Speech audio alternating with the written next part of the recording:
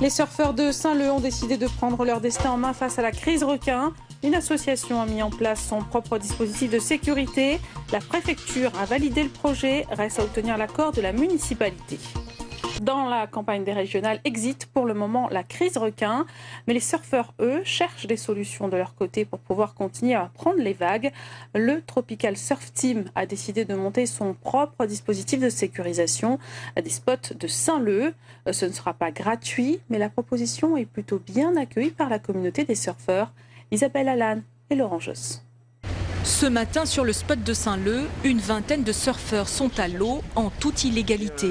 Pour Gilbert Pouzet, c'est la preuve qu'il y a urgence à agir, urgence à sécuriser la célèbre gauche de l'île.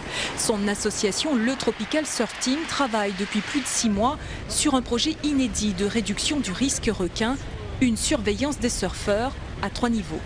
On a un premier rideau avec 4 paddles qui sont en maraude, qui vont surveiller les fonds marins. En deuxième rideau, on a des jet skis en maraude qui sont là aussi pour surveiller et éventuellement pour intervenir en cas d'attaque. Et le dernier rideau, le Zodiac avec les caméras immergées.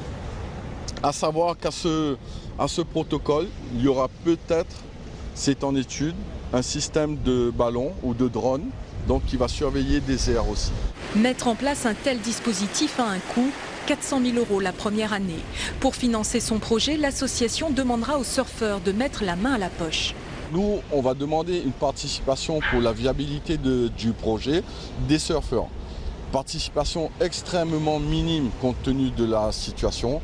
C'est l'équivalent de 30 centimes d'euros par jour pour 6 heures à 7 heures de surf surveillé.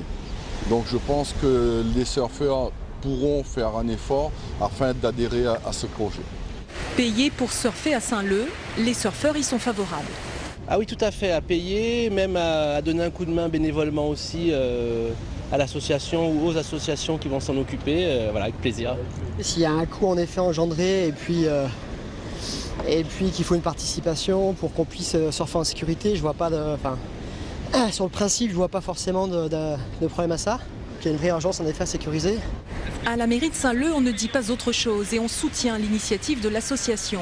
Christophe Mulquin comprend l'impatience des surfeurs, mais pour l'élu, la sécurisation ne doit pas se faire dans la précipitation. C'est un sujet qui est délicat, c'est un sujet qui engage la vie et de graves blessures. Donc pour cela, la mairie a saisi le cabinet juridique pour savoir de quelle façon doit être rédigé l'arrêté, pour avoir les contours de la responsabilité des uns et des autres dans la notion du risque et péril.